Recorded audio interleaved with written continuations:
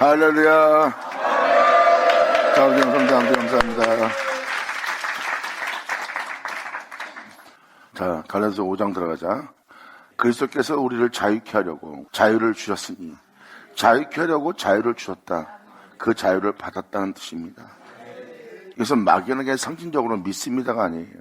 참된 진정한 자유를 받은 겁니다. 그리고 이 말씀을 기록한 자는 그 진정한 자유를 받아서 진정한 자유를 표현하는 거예요. 그 자유는 진리로 비롯되었다는 거. 진리로 비롯된 자유는 믿음으로써. 아멘.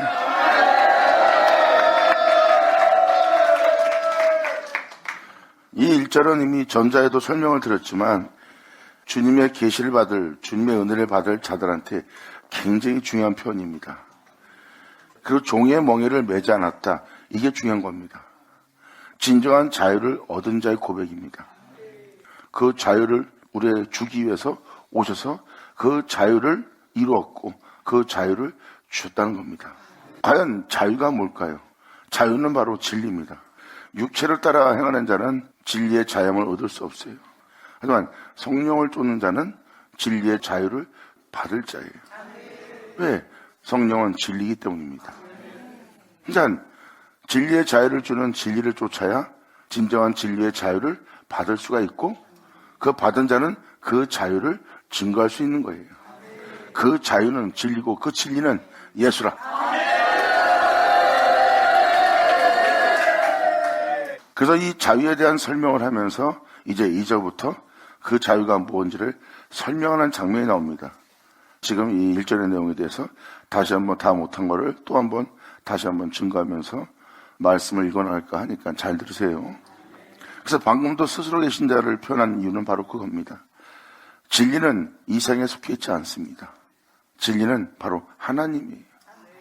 진리는 그리스도의 영이고요. 진리는 보이지 않습니다. 하지만 보이지 않는 것이 실상이라는 거.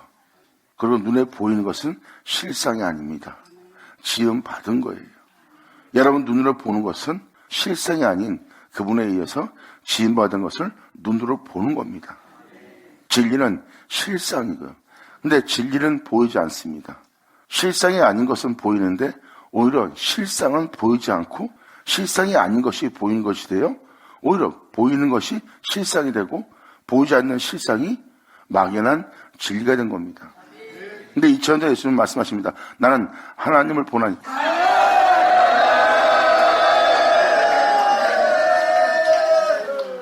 결국 진리는 만물이 있어 있는 것이 아니라 진리는 만유 가운데 스스로 있는 것이죠. 이것이 바로 이 모든 것의 원천인 근원인 태초인 시작이신 주님이에요. 근데 사람들은 그 실상은 보지 못하고 오히려 눈에 보이는 실상이 아닌 것을 실상으로 보고 있는 거예요. 사람이 세상을 살아함으로 육체가 되었다 그랬어요. 그러니까 사람이 육체가 된 거예요. 그러니까 육체가 여러분의 실상이 된 겁니다. 하나님이 여러분의 실상이 아니라 하나님의 아들이 세상을 사랑하고 세상의 아름다움과 혼이라고 세상의 아름다움을 거둬들이니까 그들은 육체가 된 겁니다. 세상을 사랑하는 자가 되었기에 세상 모든 것을 추구하는 자가 되었기에 세상에 자신이 원하는 거에 욕심을 내는 자가 되었기에 육체가 되었다 그랬어요.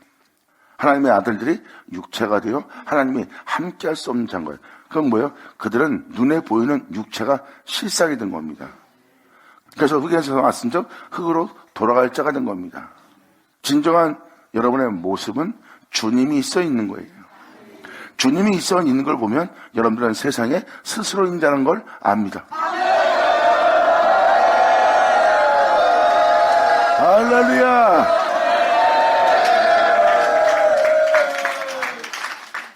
눈에 보이는 곳에 있는 자들은 그것이 쇠하면 쇠해지고 그것이 변하면 변하고 그것이 죽으면 죽는 거예요. 바로 눈에 보이는 것이 실상이 되었고 보이지 않는 진리는 막연함이 되었고 막연하게 바라보는 신의 형상이 되어버린 거예요. 이게 바로 여러분들이 육체가 된 여러분들의 모습이고 그 모습을 지닌 자는 종의 멍에를 메고 세상의 멍에를 메고 사는 자 같은 겁니다. 그래서 이 세상을 벗어날 수 없는, 육체를 벗어날 수 없는, 죽음을 피할 수 없는 존재가 된 모습이 여러분들이에요. 거기가 바로 무덤 속이고 거기가 옥입니다. 이것을 성경에서는 영적 옥이라고 표현합니다. 그리고 그 속에서 썩고 냄새를 내며 거기서 사라져버리는 겁니다. 그 옥에서는 못 나오는 거예요. 그래서 영혼들의 모습이 뭐 사람이 죽어 관에 들어가서 무덤에 들어가야 무덤에 들어간 것이 아니라 사람 자체의 인생을 살펴보면 사람들은 이 인생 속에서 벗어나지 않고 살다가 거기서 썩어 사라져버립니다. 그러니까 바로 무덤 속에서 살고 있는 거예요. 주님은 그곳에 자신의 음성을 낼 것이고 그 음성이 무덤 속에 있는 자를 나오게 할 거래요. 그 무덤에서 당연히 여호와께서 말씀하시는 말씀은 여호와의 말씀이고 그 말씀은 하나님이고 하나님인 그 말씀은 진리고 그 진리는 하나님의 음성이니 무덤 속에 있는 자가 그 음성을 듣고 나오리라.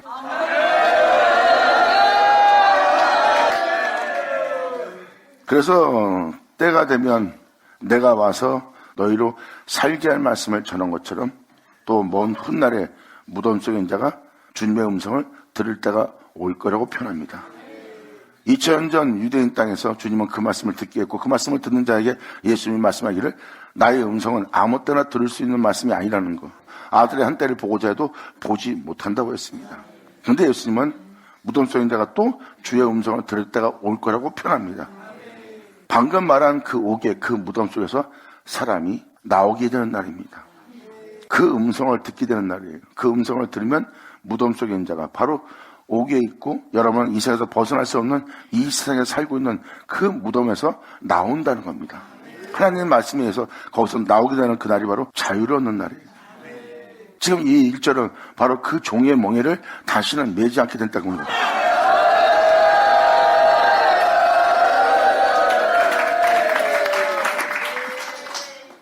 오 5장은 바로 그 진정한 자유를 주는 그 은혜를 표현하고 있어요. 이 진정한 자유 속에서 많은 해방과 또한 많은 미혹과 그리고 이 은혜에 대한 믿음에 대해서 요란케 할, 요동케 할 많은 문제와 또한 육체와의 전쟁이 있음을 보여줍니다. 1절은 바로 그 자유를 표현하면서 2절부터는 진정한 싸움이 무엇인지 그리고 그 싸움을 통해서 결국 성령의 역사를 통하여 이기려고 하는 그 은혜가 바로 우리에게 자유를 주는 자유란 것을 사도 바울은 이 5장으로 표현하고 있습니다. 그래서 먼저 여러분들한테 서도 이 1절에 대해서 다시 한번 설명해 드리는 거예요. 그래서 영으로서 여러분이 이 세상에 있는 모든 사람의 인생을 살펴보면 이 인생 속에서 벗어날 수 없는 무덤이라는 걸 알고 있어요. 여러분이 태어나서 이 세상에 살고 있지만 결국 이 세상에서 사라져버리고 이 세상을 벗어나지 못합니다. 또한 여러분 자신이 아무리 애를 써도 벗어날 수 없는 무덤 속에 있는 걸 깨달을 겁니다. 아무리 살려고 해도 죽을 수밖에 없고 육체를 따라 살지 않아도 육체를 따라 살 수밖에 없고 그리고 늘 세상과 사람들과 자신과도 싸우면서 살아야 될 평강이 없는 인생인 것을 여러분이 자세만 살펴봐도 알 겁니다. 한번 태어난 여러분의 인생은 이 세상을 벗어나지 못할 무덤이 되어버린 거예요. 이게 바로 무덤이요. 거기서 그릇된 행실을 행한 자는 옥에 갇히는 자가 됩니다. 옥에 갇힌다는 것은 죄짓기에 담대한 자가 되는 자. 그건 죄를 한번 짓게 되면 그 죄 가운데로 빠져나오지 못해요. 그 죄는 여러분이 탕감받기 전에는 나올 수 없는 장소예요. 그래서 여러분들이 죄를 안 지려고 마음 먹어도 그 다음날 또 죄를 집니다. 또 욕심을 안 내려고 해도 또 욕심을 내게 돼요. 왜? 그게 바로 그 죄로 인해 옥에 갇혔고 그 죄악은 탕감받기 전에는 절대 그 옥에서 못 나옵니다. 그래서 잘못한 자가 계속 잘못을 하고 범죄한 자가 계속 범죄를 하고 가증한 자가 또 가증한 짓을 하는 이유는 바로 무엇입니까? 그게 옥이라는 거예요. 그리고 자신이 아버지의 거룩한 말씀을 듣고 또한 세상에 좋은 특별한 교훈을 받고 자신을 깨끗이 하려고 단정케 해도 그 다음날 또 더러워집니다. 그래서 자신들의 단정케 했던 마음 먹었던 굳센 마음이었던 그 굳센 마음이 무너지기 시작하는 거예요. 자신이 아무리 결단해도 그것을 지켜낼 수 없는 것을 알았기에 자포자기가 들어가는 거죠. 그래서 그들은 죄짓기에 담대한 자가 되고 그 죄악을 짓게 되는 겁니다. 주님은 그것을 명확히 표현했어요. 그것이 옥이고 거기서 그 죄악을 네가 탕감받기 전에 거기서 못 나온다. 그래서 사람들이 죄짓기에 담대하고 죄를 짓는 거예요. 그러다 보니까 그 죄를 가리려고 사람들은 영악해지고 위선적으로 바뀝니다. 그래서 세상에 있는 현재 영혼들이 더욱더 불법을 행하며 가증해짐으로 세상의 죄악으로 만연해진 시대를 보는 거예요. 그리고 보이지 않는 곳은 불법을 저지르고 보이는 곳에서는 포장하고 있는 그들을 보고 사람들은 상처를 받는 거예요. 물론 그러는 자들도 자신들 또한 마찬가지죠. 그 장소에 있던 자에게 자유를 주기 위해서 예수는 말씀하십니다. 네 죄를 사하노라. 할렐루야. 아멘.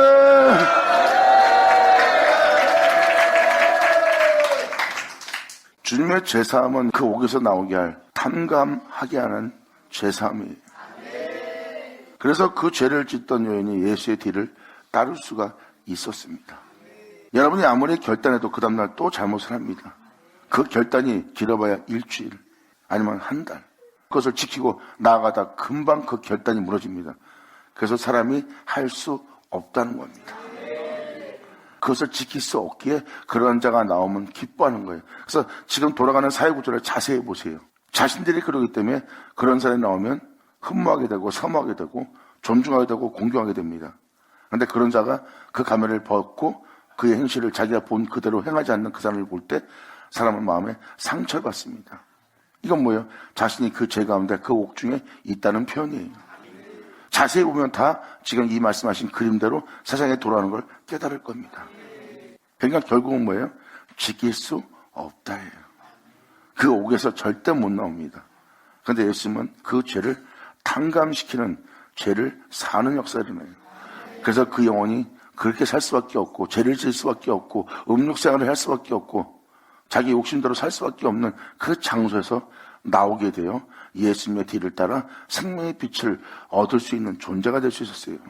거룩함 속의 빛 가운데 행할 수 없는 자가 행할 수 있게 된 것은 바로 그 옥에서 나왔다는 증거입니다. 주님은 그 죄를 탕감해 주었고요. 여러분이 그것을 스스로 탕감하려면 그 죄가 탕감받을 때까지 여러분들은 회개해야 되고 자신이 회개할 그 회개를 알아보면 자신이 그 죄 가운데 있고 그 죄 가운데에선 하늘에 묶임받은 것을 깨달을 거예요. 뿌린 대로 건다는 그 진리에 따라 행하지 않아 죄악을 뿌린 그 죄악이 하늘의 법대로 묶여있는 겁니다. 그래서 여러분이 회개해야 됩니다. 회개하면서 뉘우치면서 다시는 이 안에서 행하지 않고 오직 주님의 뜻 안에서 행하게 해주옵소서 하고 주님께 간구할 때 땅에서 풀면 하늘에서도 풀립니다. 아멘.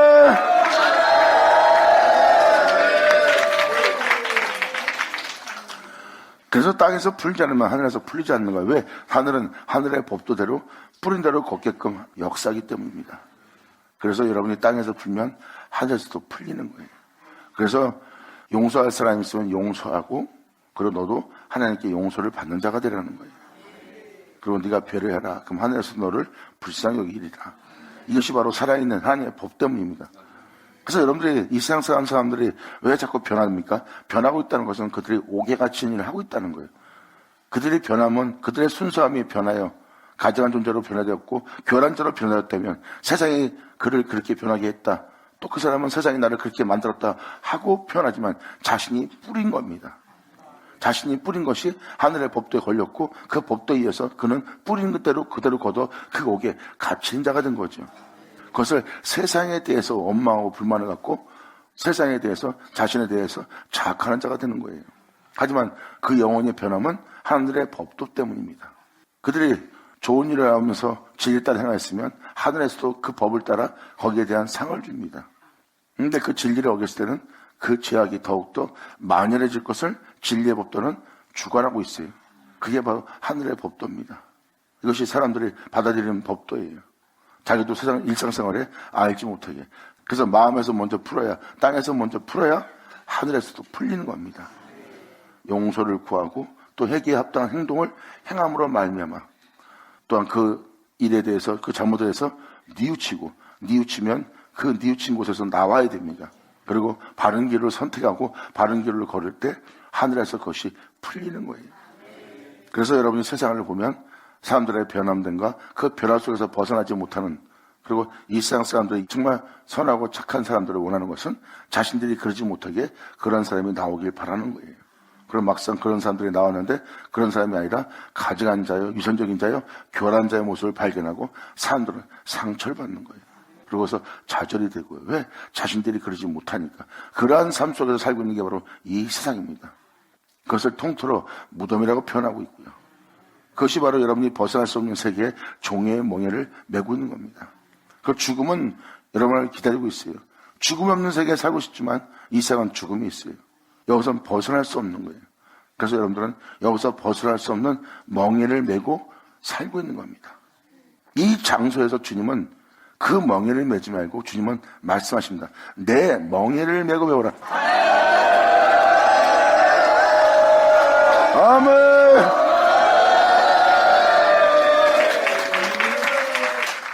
이제 주님께서 자신의 멍에를 메란 말이 여러분 귀에 다 꽂혔으리라 생각합니다. 우리가 메고 있는 것은 세상의 멍에예요. 지배하는 자가 아니라 종로서라고 있는 거예요. 여러분들은 여러분 마음 하나도 다스리지 못하고 여러분 육체 또한 다스리지 못합니다.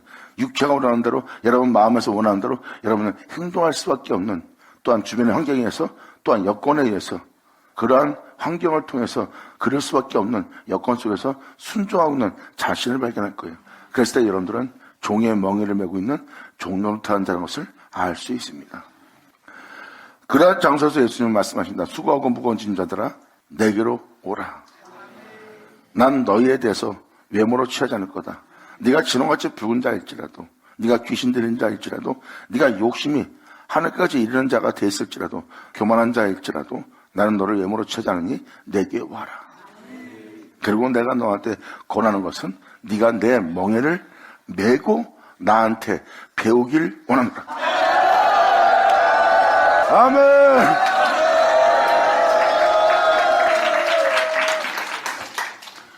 여기서 주님은 이 놀라운 말씀을 하신 거예요. 그의 멍에가 뭘까? 예수님이 풀무 같은 끔찍한 고난이 있는 곳으로 걸어 들어가십니다. 그리고 그 끔찍한 고난 속에서, 조롱과 비웃음 속에서, 억울함 속에서, 진실이 없는 거짓 세계에서 비참하게 짓밟히며 찢기며 모욕받으며 어느 인간도 버틸 수 없는, 견딜 수 없는 그 끔찍한 장소에서 예수님은 죽음을 맞이할 정도로 짓밟힙니다. 그런데 예수님은 거기서 마음에 어떤 악도 품지 않고 오히려 아버지의 거룩한 명대로 행하는 줄 세상으로 알게 하는 길을 걸었어요. 그리고 예수님은 십자가에 못 박혔고, 십자가에 못 박힌 것은 그 죄인들을 사랑하는 율법의 완성인 사랑을 이룬 장소가 되었어요. 율법의 완성인 사랑을 이룬 장소가 십자가입니다. 그렇다면 예수님은 마음에서 그들을 향해서 어떤 악한 마음도 하나 품지 않았다는 겁니다. 그러한 끔찍한 죽음 속에서 어느 누구를 원망하거나 악의를 품거나 하지 않고 도리어 하나님의 거룩한 명도를 순종함으로 사랑하셨다는 거예요. 저들의 죄를 용서해달라고. 그러므로 율법을 완성시킨 장소가 십자가입니다. 거짓이 없는, 흠이 없는, 어둠이 없는 완벽한 빛이라. 할렐루야. 그리고 예수님은 거기서 아무도 나올 수 없는 무덤에 들어갑니다. 그리고 주님은 그 무덤에서 3일 뒤에 부활하여 나옵니다. 그리고 제자들은 예수님이 하신 말씀이 무슨 말씀인지를 기억하고 깨닫습니다. 내 멍에를 메고 배우란 것이 무엇인지.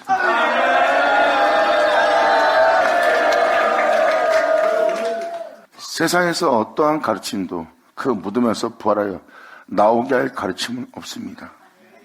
바로 그들이 그것을 가르칠 수 없다는 것은 그 은혜를 받지를 못했다는 겁니다. 사람은 죽음을 두려워하고 자신의 살아님과 짓밟힘과 모욕을 못 견딥니다. 그러한 당시 하나님의 명대로 순종한다는 것은 육체가 끔찍한 고통과 괴로움과 짓밟힘 속의 모욕 속에서 하나님의 거룩한 명을 따라 그들을 용서하며 오히려 배려하며 겸손하고 온유한 마음으로 하나님의 참된 말씀에 순종하며 나아갈 수 있는 육체는 없습니다. 그런데 예수님은 그 육체의 종이 아니라 하나님의 종이었어요. 그 큰 싸움을 행하며 결국은 십자가에서 그 구원을 이루신 분이 예수님이십니다. 다시 말해서 무덤에서 나온 자는 예수님 뿐입니다. 그리고 예수님은 부활하여 벗어날 수 없는 이 세상에서 벗어나 하늘로 올라가는 것을 다 믿을 수 있도록 그것을 밝히 보여준 분이 예수님이에요. 아무도 무덤에 들어갔다가 나와서 하늘에 올라간 자는 없습니다. 사람이 죽으면 끝이에요. 이것이 바로 육체의 세계입니다. 근데 끝이란 그 육체가 무덤에서 나와 이 세상을 벗어나 버립니다. 그것도 하나님 계신 곳으로 돌아가기 위하여 이 세상을 벗어나는 거예요. 이 자유.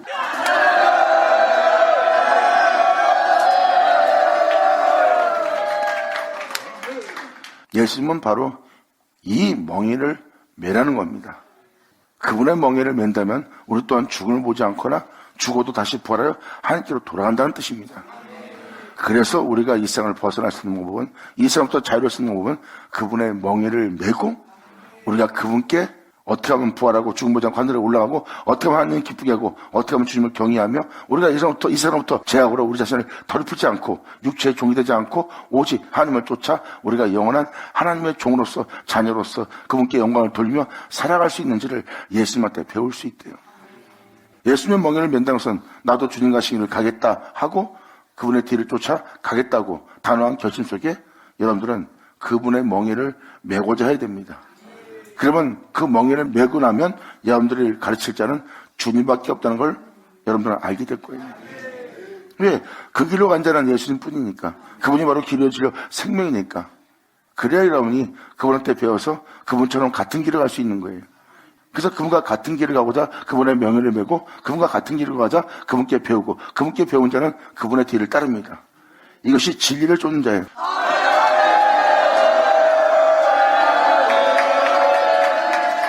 그래서 6장 들어가면서 사도 바울은 편합니다. 내가 예수의 흔적을 가졌노라. 아멘!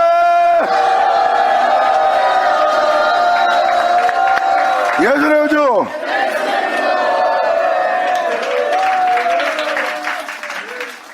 이것은 사도 바울이 그 멍에를 맸다는 겁니다. 그리고 그분의 흔적을 갔던 것은 그분께 배웠다는 거예요. 그래서 빌립보서에도 뭐라고 썼습니까? 사도 바울도 그의 죽으심을 본받아 나 또한 부활에 이르려 하노니라고 사도 바울이 표현하고 있는 것은 예수님의 멍에를 메고 예수님의 뒤를 쫓아 그의 가르침을 쫓아 그의 가르침을 따라 자기 또한 부활에 이를 수 있는 예수님의 가신 길을 가는 겁니다. 그 길은 오직 한 길입니다. 그러므로 이 세상에서부터 자유를 가지면서 무덤에 나와 하늘에 올라갈 수 있는 거예요. 이것이 사실이라는 것을 증거할 수 있는 것은 이미 요한복음에 기록되었듯이 예수님이 친히 하신 말씀이에요. 무덤 속에 있는 자가 주님의 음성을 들을 때 오나니 이때라 듣는 자는 자유케 되리라 그랬어요. 바로 무덤 속에 있는 자가 자신을 무덤에서 나오게 할, 자유케 할 주님의 말씀을 듣는 날이에요. 물론 그 말씀은 하나님 말씀하신 말씀이고 하나님 말씀하신 말씀은 홀로 행하신 말씀이고 홀로 행하신 말씀은 우리 영혼의 길이요 진리요 생명이신 우리 그리스도 예수 그리스도예요. 여러분들은 그 무덤에서 나올 수 있는 방법은 그 진리조차 계속해서 그 진리에 대한 믿음으로써 나와야 됩니다. 그때가 바로 여러분이 세상의 멍에를 벗어버리고 예수의 멍에를 메고 이 세상부터 자유롭게 할 예수님에 대해서 배우고자 예수님의 멍에를 메는 자가 되고 메는 자는 그 무덤에서 나와 이 세상부터 자유롭게 된다고 성경은 명확히 기록하고 있어요. 그것이 바로 하나님 말씀뿐이라는 것. 그 말씀은 예수님 가르쳐 기록하고 있고 성령은 예수를 가르쳐 기록한 그 모든 진리 가운데로 인도할 것이고 그리고 주 예수의 영광 바로 영광이 이른 주 예수의 영광을 우리에게 나타내는 성령으로서 우리에게 임하는 겁니다.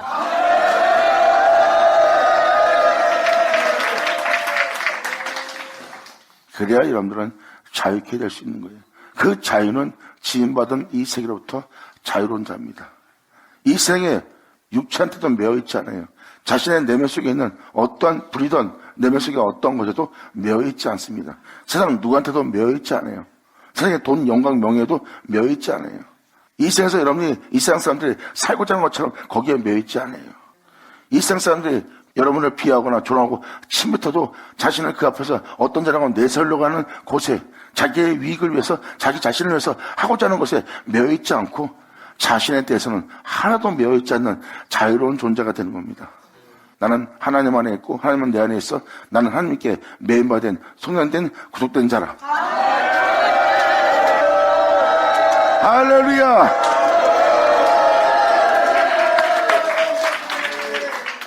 그래서 진정한 자유가 뭔지를 여러분한테 그 자유를 지금 설명하고자 이러한 설명을 드린 겁니다. 그래서 이 1절이 중요한 거예요. 사도 바울은 이 자유를 맛보았고 이 자유를 지금 증거하고 있고 이 자유에 대해서 단언하고 있습니다. 그 속에서 우리로 자유케 하려고. 이 자유는 난 자유로운 존재야. 그건 여러분의 임의대로 그냥 막연한 자유야. 막상 건드면 하나 자유롭지 못한 그 사람을 볼 수 있어요. 자신의 인격으로부터, 이성으로부터, 자신의 생각으로부터, 자신의 육체로부터, 세상으로부터, 자신의 기쁨과 즐거움으로부터 벗어나지 못하는, 자유롭지 못한 존재인 줄 금방 알아볼 수 있어요. 그래서 그들을 시험해보면 말로만인 줄 금방 보일 겁니다. 하지만 여기서 말하는 자유는 진정한 자유.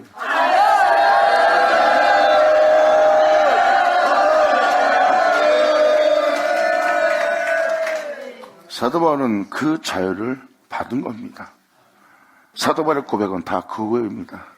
나는 어둠에서 빛으로 옮겨진 자다. 나는 사망에서 생명으로 옮겨진 자다. 나는 그 계수 안에서 예수 안으로 옮겨진 자다. 나는 계수 안에서 어둠 안에서 또한 그러한 그릇됨 속에서 그것으로 인하여 행하는 자였고 거기서 나는 벗어날 수 없는 결박된 영혼이요 그가 옥에 갇힌 자요 나는 그 종의 멍에를 메고 종노타며 죄짓게 담대한 자로 난 살아왔던 자라. 이제는 죄가 없는 어둠이 없는 주님께로 나는 구속이 되었고 난 그 안에서 그런 말미암아 행할 수밖에 없게끔 그로 인하여 일을 쓸 수밖에 없겠고 난 그에게 매받았나니 보라 예수 그리스도 안에서 내가 새 것이 되었노라. 영광 할렐루야. 이것이 사실이기에 사도 바울 서신을 보면 사도 바울이 그렇게 애절하고 애타는 거예요. 자신이 걸어온 과정이기 때문에 여러분 한 영혼도 그러한 자가 되기를 바라며 자신이 이 은혜를 받아 이 은혜의 길을 간 것처럼 또한 이 은혜에 대한 믿음의 확신이 있어 그 확신하는 그 은혜에 굳게 서 있다는 것을 내가 너한테 보내보인 것처럼 너희도 나와 같은 자가 되기를 이 주를 믿고 이 주만 해서 굳세게 세워져서 이 은혜의 길을 가기를 간절히 바란다는 사도 바울의 애절함이 담겨있는 편지입니다.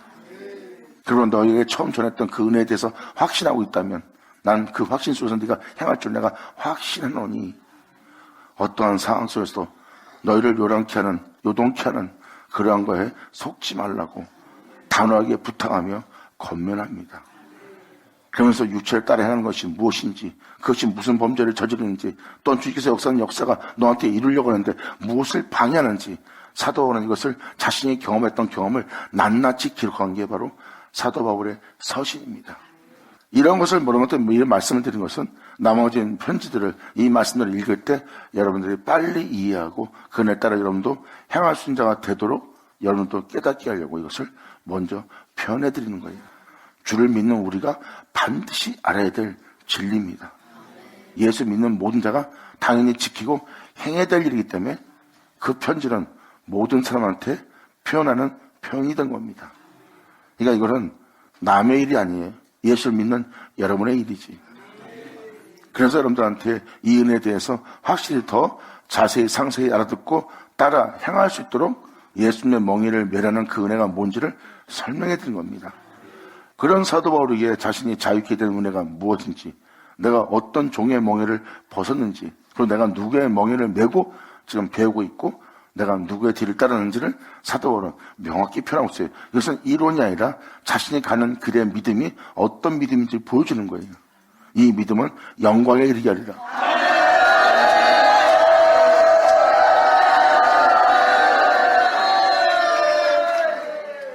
어떤 사람의 믿음은 종교로 끝마칩니다. 어떤 사람은 계집종의 자녀로서 자유를 얻지 못하고 끝납니다. 이것이 바로 여러분의 믿음이 있는데 그 믿음이 다 똑같은 믿음처럼 보이지만 다릅니다. 자유자의 믿음은 종교 믿음이나 계집종의 믿음이 아닙니다. 바로 자유자의 믿음은 진정 자유케 되게 하는 영광에 이르게 하는 믿음이에요. 아멘.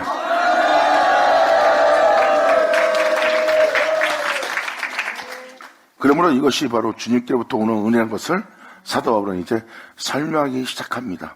그래서 너희가 잘못된 믿음 속에서 계집종에 대한 믿음이 되느냐 아니면 자유케 하는 자의 믿음이 되겠냐, 여러분이 어떤 믿음을 선택하냐에 따라서 그 믿음에 의해서 결정이 되는 곳이에요.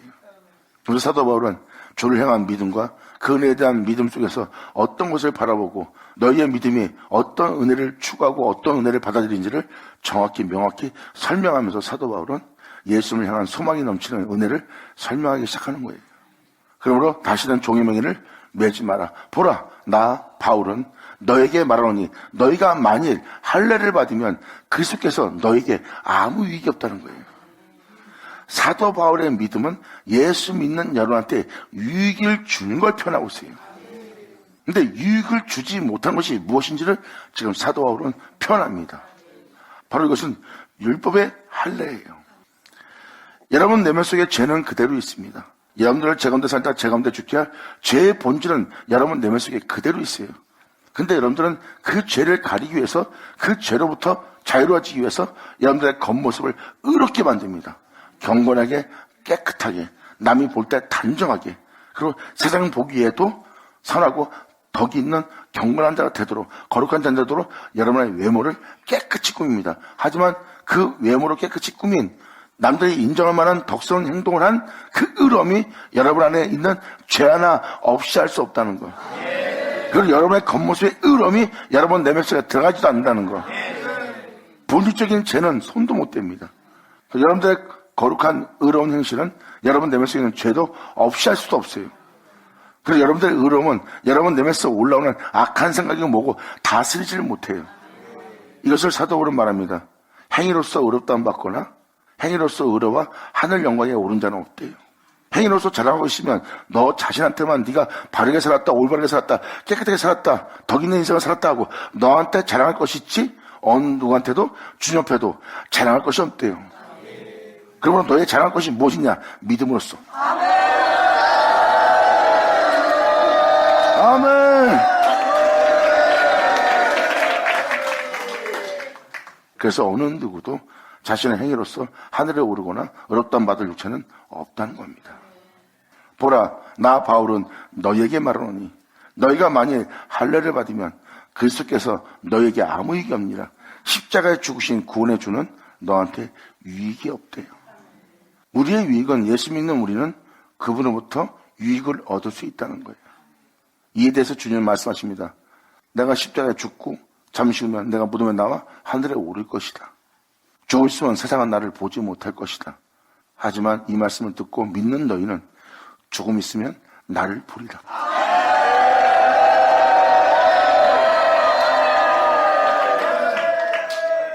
조금 있으면 주님 자신을 본다는 게 무엇입니까?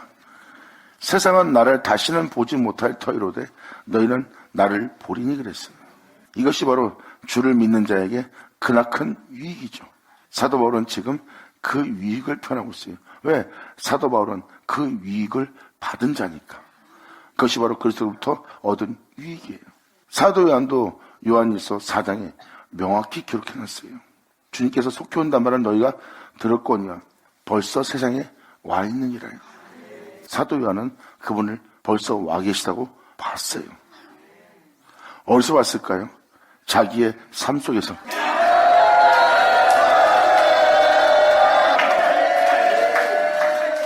죄의 형상을 입은 종의 몸으로 온, 썩을 수밖에 죽을 수밖에 없는 이 생에 온 예수님의 몸에 영원하신 영광의 주가 나타난 것처럼 제자들에게 주님이 나타났고 예수님에게 나타난 그 하나님을 예수님이 본 것처럼 자신의 삶 속에서 하나님이 나타나 하나님을 보고 하나님의 거라고 그 하나님은 자신 안에 거요? 하나님의 영광 속에서 그 영광의 길을 걸어가는 것을 예수님이 본 것처럼 바로 사도 요한도 사도 베드로도 그 주님을 본 자가 된 겁니다. 조금 있으면 세상을 나는 보지 못하는데 너희는 나를 보리냐 하는 자는 주님을 본 날이에요. 할렐루야. 그래서 지금 2절부터 표현하고자 하는 내용이 바로 율법이고 율법에 기록된 할례를 표현하고 있습니다. 이것은 여러분이 덕을 행하기 위해서 여러분 자신을 단정케 하며 여러분 자신의 행위를 멈추며 여러분 자신을 의롭게 경건하게 거룩하게 행하고자 하는 여러분의 행실입니다. 사도 바울은 하나님께로부터 난 의를 얘기하는 거예요. 여러분 자신을 덕목스러운 존재가 되도록 여러분들을 단정케 합니다. 남은 자신의 영혼을 더럽히며 욕심을 내는데 여러분들은 욕심내지 않으면서 단정케 하는 거예요. 하지만 그것이 진리를 믿는 믿음에서 얻은 의가 아니라 여러분 육체에서 난 의입니다. 그런 행실로서 네 자신을 단정케 하고 또한 네가 세상과 단절시키면서 네 자신을 경고케 하고서 할례를 하고 있다고 사도 바울은 표현한 겁니다. 이것이 할례예요. 세상에 대해서 네 자신이 스스로 그것을 배워서 할례하고 있다는 거예요. 그렇다면 네 의로움은 믿음으로써 난 의가 아니라 바로 율법에서 난 의를, 율법으로 난 행위를 갖는 자가 되는 거라는 거예요. 그것은 믿음이 아니라는 겁니다. 성경은 믿음을 얘기하는 거예요. 그래서 사도 바울은 끊임없이 믿음이 아닌 할례의 유익을 얻고자 여러분이 할례를 받는 행위를 한다는 거예요. 여러분 스스로가 믿음으로써 새로워지는 것이 아니라 믿음이 아닌 여러분의 행실로서, 율법으로서, 할례로서 여러분들을 단정케 하는 겁니다. 그것이 바로 할례예요. 그냥 막연하게 이 할례만 표현한다면 이스라엘 사람들은 과거에 할례했어요. 율법에 따라. 지금 그 할례를 말한 거잖아요. 이렇게 신학적으로, 철학적으로, 이스라엘 역사적으로 표현한다면 이 표현은 못 알아듣습니다. 사도 바울은 지금 그 표현을 한 게 아니에요. 자신이 그러한 의식을 추르는 그 율법에 따라 드리는 할례를 받았던 자라고 표현합니다. 그런데 사도 바울의 표현을 보면 여러분이 알고 있는 그 할례가 아니라 이 할례가 영적으로 어떤 것을 뜻하는지, 무엇을 뜻하는지 사도 바울은 표현하기 시작합니다. 그것이 어떤 여러분이 이것이 주를 섬기는 예법이요, 그것이 의식이요, 그것이 주님을 사랑하는, 주님을 경외하는 모습이라고 교리적으로 말합니다. 사도 바울은 지금 그게 아니라고 표현하는 거예요. 그러니까 이 할례라는 내용을, 이 내용의 편지를 자세히 듣고 나면 여러분이 알고 있는 그 할례가 아니라 바로 여러분 행실로서 여러분 자신을 단정케 하는 것이, 온전케 하는 것이, 깨끗이 하는 것이 할례라는 것을 알 수 있어요. 그럼 여러분 스스로가 여러분 자신을 깨끗이 할 수 있는데 여러분들을 온전케 할 믿음이 왜 필요합니까? 그냥 여러분들은 그냥 예수 믿습니다 그러고 이스라엘 사람처럼 여러분 자신을 단정케 만들면 돼요. 그럼 여러분이 유대인보다 나은 게 뭐 있어요? 근데 주님은 그러한 자들에게 이렇게 말합니다. 네가 바리새인보다 서기관보다 낫지 못하면 결단코 천국에 못 들어가리라. 그래서 예수를 믿고도 그러한 행실로서 자신을 의롭게 하는 자를, 이렇게 하려고 하는 자들을 알기 때문에 너희의 의로움이 바리새인과 서기관보다 결단코 낫지 못하면 천국에 못 들어간다고 예수님이 표현한 거예요. 그래서 네 행위로서 네가 의로워지는 것이 믿음으로써 네가 의로워지는 것이 아니라 성경의 핵심은 믿음으로써 의로워지는 거예요. 그것은 바로 주님이 여러분들을 의롭게 한다는 겁니다. 지금 이 5장은 그 내용을 표현하고 있고 그 은혜를 계시하고 있고 이러한 계시와 이러한 은혜가 이러한 믿음이 이방 땅에 임한다는 것.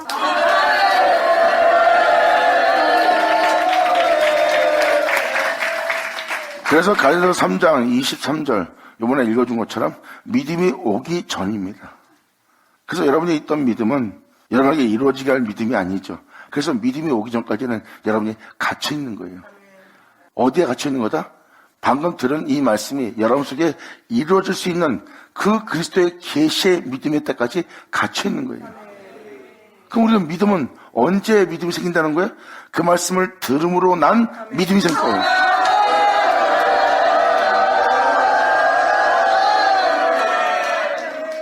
그래서 갈라디아 3장 23절을 잘 묵상해 보세요. 믿음이 없는 자가 아니라 믿는 자예요. 근데 여기서 말하는 믿음은 그렇게 이루어지게 할, 되게 할 바로 주님에 대한 믿음입니다. 그래서 그 믿음만큼은 들어야지만 믿음이 나옵니다. 그 믿음은 여러분한테 있던 믿음이 아니라 들음에서 난 믿음, 그 은혜를 믿게 한 말씀을 듣게 되고 믿게 한 말씀을 들은 여러분들은 그 말씀에 대한 믿음을 보이게 되고 그 믿음을 보이는 자가 바로 들음에서 난 믿음이라.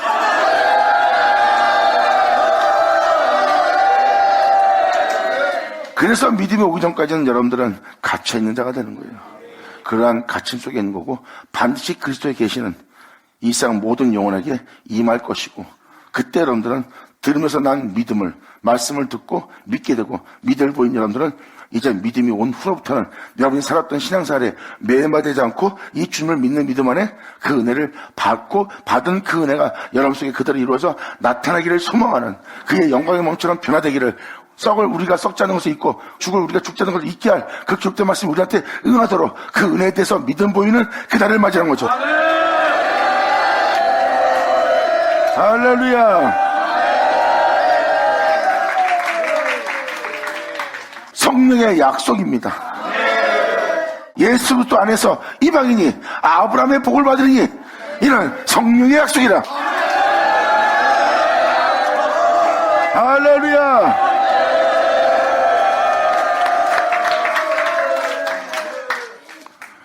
그러므로 2절에 표현합니다. 보라, 나 바울은 너희에게 말하노니 너희가 만일 할례를 받으면 그리스도께서 너에게 아무 유익이 없느니라. 내가 할례를 받는 각 사람에게 다시 증거하니 그는 율법의 전체를 행할 의무를 가진 것이라. 이렇게 여러분들의 율법을 따라, 여러분의 덕의 행실을 따라, 경건함에 따라 여러분 자신을 의롭게 하려면 여러분 자신은 여러분 스스로가 기존에 했던 모습을 멈추고 의로운 신앙을 살아야 됩니다. 이게 바로 여러분이 율법을 따라 행하는 할례예요. 그렇다면 여러분들은 율법의 모든 전체를 지켜야 될, 행해야 될 의무를 가진 자가 되는 겁니다. 사도 바울은 바로 그 율법주의자였어요. 근데 사도 바울은 예수 믿는 여러분한테 이렇게 말합니다. 4절로 율법 안에서 의롭다함을 얻으려 하는 너희는 그리스도에게서 끊어지는 자가 될 거래요. 그 은혜를 받을 자로부터.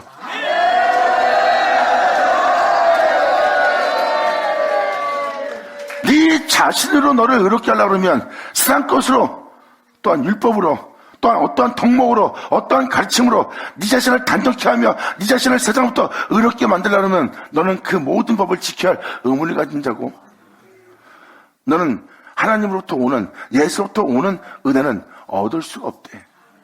이것을 사도 바울은 4절로 이렇게 표현합니다. 율법 안에서 의롭다함을 얻으려 하는 너희는 그리스도의 은혜로부터 끊어지고 그 은혜로부터 여러분들은 떨어진 자가 될 거래요. 그 은혜를 받지 못할 겁니다. 성경은 무엇을 표현하고 있습니까? 사람의 행위로서는 의롭다함 받을 수 없고 사람의 행위로서 하늘 영광에 오를 자는 없대요. 이 땅에 내려왔다 올라간 자는 누구뿐이라고요? 그렇죠. 하나님이신 예수님 뿐이에요. 그런데 어떻게 여러분이 하늘에 오를 수 있겠어요? 못 오르죠. 그래서 사람은 할 수 없을 때 하나님은 하시라니. 선전서실은 주님이 그 영혼이 하늘에 오르시도록 그 영혼의 의로움, 그 영혼의 지혜, 그 영혼의 영광, 그 영혼의 영화로움, 그 영혼의 빛이 된대요. 그가 하늘에 오르시도록 내가 그 존재의 전부가 되리라 해요. 그 영혼이 하늘에 오르시도록 주님은 그 영혼에게 전부가 되게 하기 위해서 자신을 내어주고, 자신을 내어주는 자신을 영접한 자는 하나님 아들은 권세를 받나니.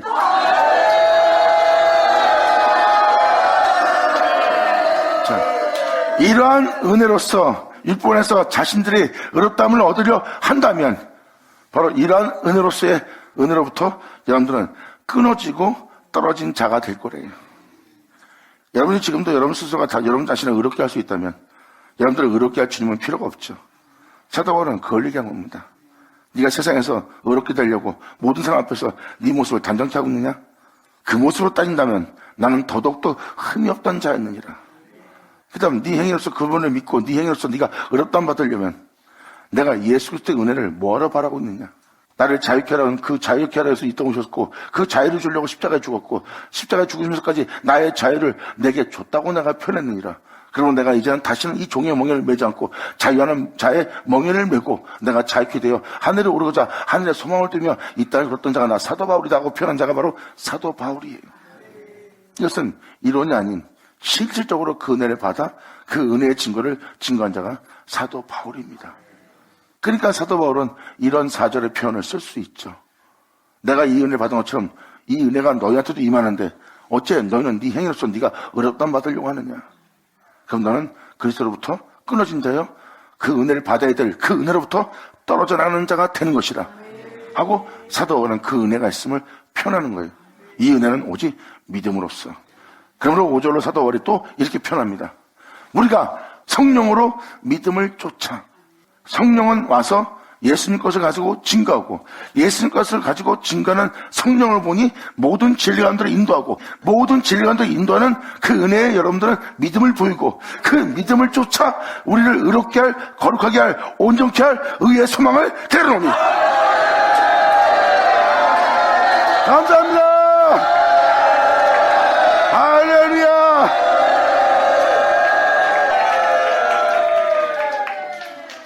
이 5절은 무슨 내용일까요? 이걸 명확히 표현하고 있는 구절입니다. 은혜가 뭔지를 설명하고 있어요.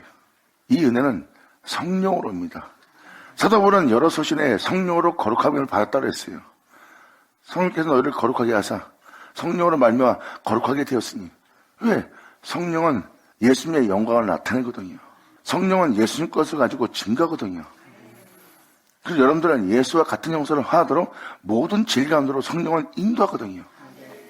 그렇게 성령 오셔서 여러분들이 예수님처럼 변할 수 있도록 예수를 증거하고, 예수를 증거하는 그 증거를 여러분들은 믿는 자가 되고, 그 믿는 자는 그 은혜를 믿고 쫓아 자신을 그 말씀대로 되게 할, 그 말씀대로 그렇게 되게 할, 그 말씀이 자신에게 나타나게 할 그 의의 소망을 기다리는 영혼이 되죠.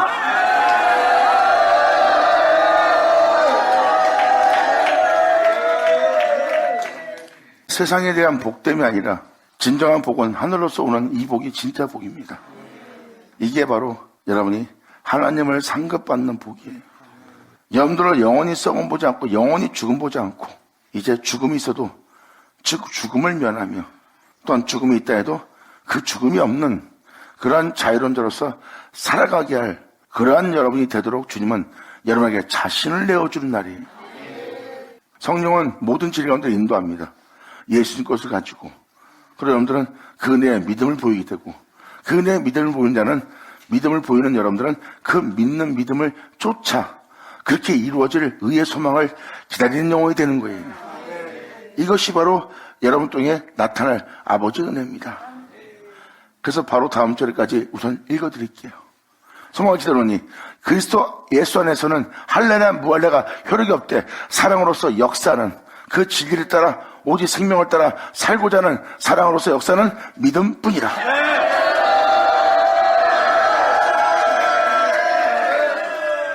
그러면서 여기서 사도 바울은 놀랍게 7절로 이렇게 표현합니다. 이러한 믿음을 갖고 주님께 믿음을 보이며 믿음을 쫓아 행하며 의의 소망을 기다리며 달려가고 있는 너희의 다름질을, 그런 믿음을 보며 다름질을 잘하느니 누가 그 은혜에 대해서 믿음 보이지 않도록 누가 너희를 막아 진리를 순종치 않게 하더냐.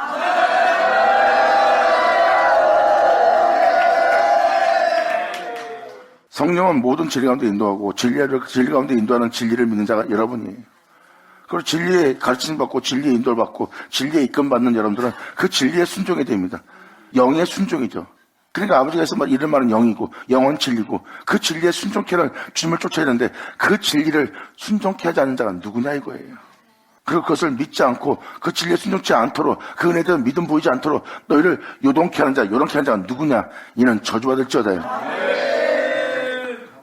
그래서 진리를 순종치 않게 하더냐까지 제가 일단 읽어드립니다. 이 은혜를 알게 하기 위해서 일단 간략하게 먼저 할례가 뭔지 율법이 뭔지 설명하기 위해서 일단 설명을 드린 거고, 다음 시간에는 율법이 바로 어떤 형인지 이 할례가 무엇인지를 더 상세히 설명하게 되면 여러분이 이해하고 알아듣고 깨달을 수 있도록 설명하는 시간을 갖게 될 겁니다. 그래서 지금도 말씀드리지만 성령은 모든 진리 가운데 인도예요. 그리고 그 진리에 순종케 하는 겁니다. 진리에 순종하려면 그 은혜에 믿음 보여야 돼요. 믿음 보이는 자가 바로 믿음을 쫓는 자예요. 믿지 않고는 진리에 순종 못합니다. 그리고 모든 진리 가운데 인도하는 그 인도를 받을 수 없어요. 믿으니까 모든 진리 가운데로 인도받는 거고 진리의 가르침을 쫓아 행할 수 있는 거예요. 그것은 그 은혜에 대한 믿음을 쫓지 않는 한 할 수 없어요. 하지만 그 믿음을 쫓는 자는 그렇게 되게 하실, 그렇게 온전히 되게 하실 의의 소망을 기다리는 자예요. 이에 대해서 여러분들이 반문을 한다면 이렇게 표현해 드릴게요. 마지막 때 그 어지러운 세상에, 이 세상에서 그러한 황폐함과 불법과 성행하는 것이 이 땅에 임했을 때 주님은 다윗의 무너진 장막을 타락한 곳을 다시 지어 일으켜 세운다고 써 있어요. 왜 다윗의 장막을 다시 세운다는 것일까요? 다윗은 누굴 구합니까? 자신이 하나님을 경외할 수 있도록 말씀하사 자신을 경외케 할 하나님께서 말씀하실 말씀을 기다려요. 그 말씀은 그가 소원하고 있는 그것을 그렇게 이루어질 수 있도록 하나님을 경외할 수 있도록 되도록 그 말씀을 와서 그 영혼이 하나님을 경외할 수 있는 자가 되게 하고 정한 마음으로 창조할 수 있도록 정직한 영으로 새롭게 될 수 있도록 주님 말씀하여 주세요 하고 다윗은 구하네요. 그리고 그 말씀을 와서 그 영혼을 그대로 되게 할 말씀으로서 역사할 거네요. 그 역사의 역사에 다윗은 믿음 보이고, 자, 그러므로 그렇게 되게 할 그 진리에 순종치 않게 하는 자가 바로 망치할 자야. 이제 그 진리를 든 자는 이 진리에 순종해야 돼. 진리의 순종은 바로 믿음뿐이라. 감사합니다. 그래서 다윗의 장막을 주님이 타락한 곳을 지어 일으키고 장막을 다시 세운다 그랬어요. 다윗의 장막을 세우는 바로 이루 그겁니다. 다윗은 말씀하사 나를 하나님을 경외케 하소서, 주님 말씀하사 나를 정한 마음으로 창조하시고 말씀하사 나를 정직한 영으로 새롭게 하소서. 하나님 말씀에서 의로워지려는 자예요. 하나님 말씀에 의해서 하나님을 경외한 자가 되려는 거예요. 하나님의 말씀하사. 그건 뭐예요? 그 말씀하사 나를 하나님을 경외할 수 있도록 지어주세요. 나를 정함으로 지어주세요. 정직한 영으로 새롭게 지어주세요. 아버지의 짐을 받아 내가 행할 수 있는 자가 되게 해주세요. 이것은 뭐예요? 복음으로 말미암아 우리 영혼에게 나타난 하나님의 의여 영광이여 거룩합니다.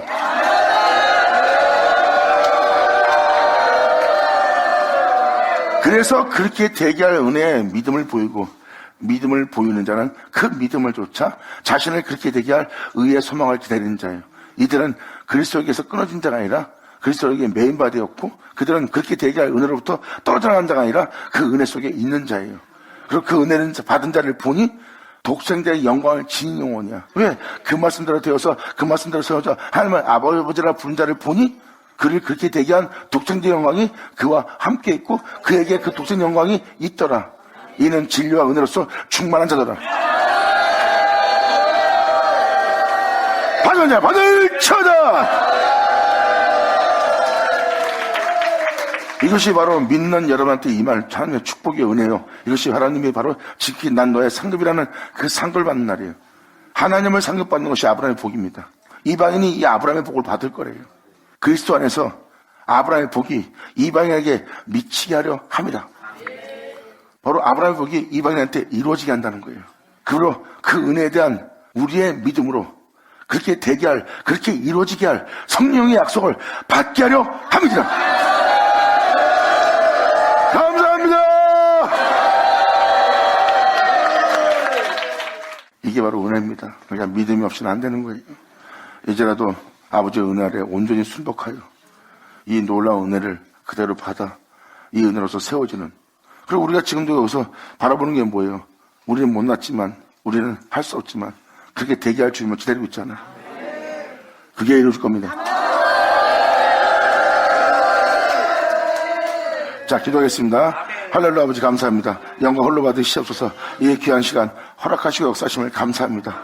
진정 우리 모두가 아버지께 온전히 영광 돌릴 수 있도록 주님께서 말씀하신 모든 말씀이 우리 땅에 헛되이 되지 않도록 또한 우리에게 믿음을 더하사 그 은혜를 주신 은혜의 믿음을 쫓아 그 은혜가 이루어질 수 있도록 아버지 우리가 믿을 수 있도록 그 믿음을 더하여 주시옵소서.